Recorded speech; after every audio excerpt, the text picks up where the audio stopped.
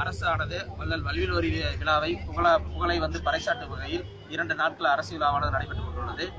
இதில் பூமநாடு வேட்டுக்கொண்ட நிலச்சங்கம் ஆரம்பிக்கப்பட்ட காலம் முதலே எங்கள் மூதாதையர்கள் முதலே நாங்கள் வள்ளல் வல்விலோரிக்கு மாலை அணிவித்து கருத்து வருகிறோம். இந்த ஆண்டு மாலை அணிவித்து கருத்தோம்.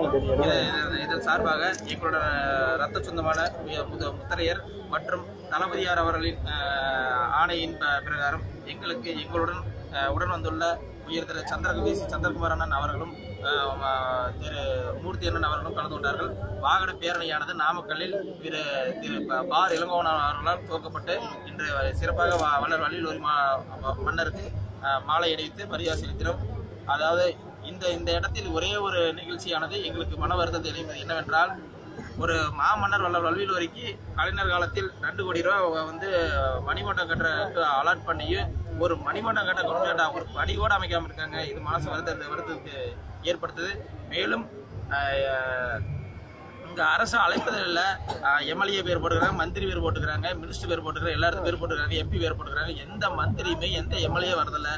நாமக்கல் மாவட்ட செயலாளர்கள் யாரும் கலந்துக்கிறதில்ல. ஓட்டு மட்டும் நாமக்கல் மக்களோட ஓட்டு வேணும். ஆனா மாலை மட்டும் நாமக்கல் போடாம அவையை சமுதாய சார்ந்த மன்னர் பறைசாற்று வழியை கிளம்பிடுறாங்க.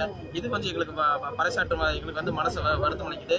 அதுவும் இல்லாத பேரணியானது நாங்கள் மிகப்பெரிய பேரணி வந்தா எங்களை டைவெர்ட் பண்ணி ஒரு வண்டி 2 வண்டி அரசியல் இதுல தலையிறதுனால எங்களுக்கு இந்த இடத்த மனசு வருத்தப்படுது. இதை வன்மையா கொங்குநாடு வேட்டுக்கூட சில சார்பாக நாங்கள் வன்மையா கண்டிக்கிறோம். என்ன கோரிக்கை அரசுக்கு வள்ளல் வல்விலோரி புகழ பறைசாற்று முறையா கலைஞர் ஐயா சொன்ன மாதிரியே 2 கோடி ரூபாய்க்கு மணிமண்டபம் கண்டிப்பா போர்க்கால அடிப்படையில் எங்களுக்கு அமைச்சு தர வேணும். வள்ளல் வல்விலோரி மாளிகையின் சொல்லி கலெக்டர் அலுவலகத்துக்கு பெயர் சூட்டப்பட வேண்டும். அல்லால இளையநாயகன் கட்டிய ராஜவாய்களுக்கு அல்லால இளையநாயகன் பெயர் வைத்து அங்கு மணிமண்டபம் கட்ட வேண்டும் சொல்லி கொங்குநாடு கேட்டுக்கொண்டேன் சார்.